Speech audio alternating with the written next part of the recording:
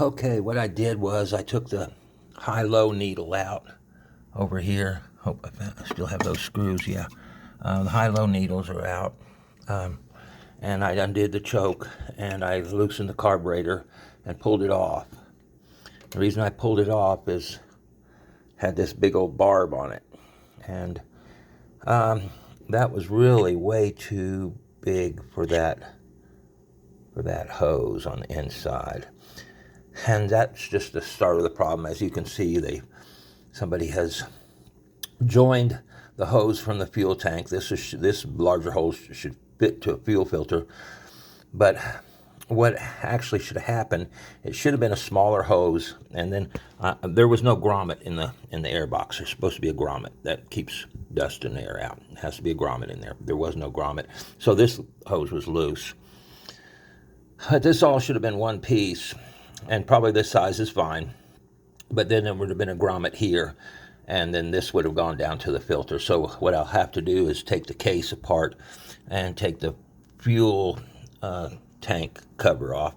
That's this piece here. So this case will come off, the fuel tank cover will come off, and then I'll be able to replace the tank hose. Actually, I could probably go down. Actually, I don't have to do that. Brain fart. I can come down through the tank lid and do it.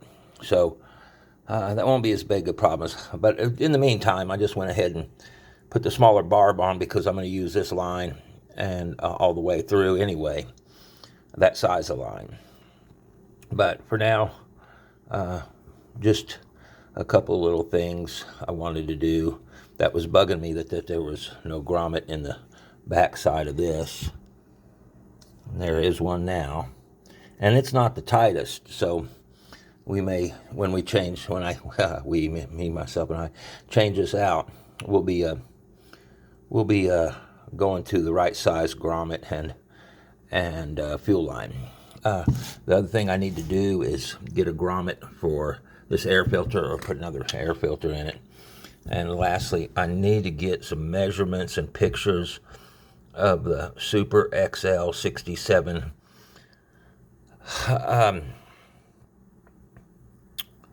decals. These are going to have to be made pretty much by hand. I don't like this.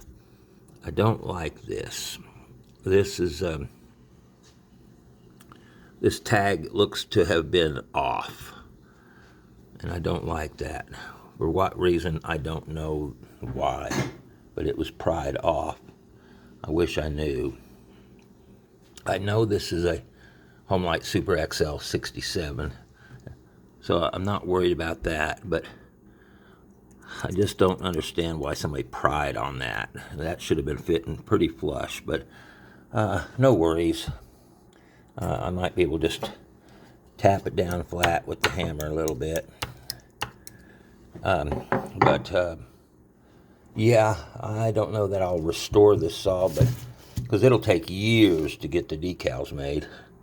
They don't come quickly. So, in the meantime, eventually what I will do is put a whole new fuel line on this all the way back down.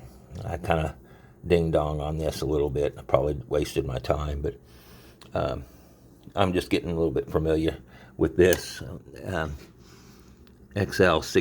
Super XL 67. Great old, rare Canadian saw. Pretty neat.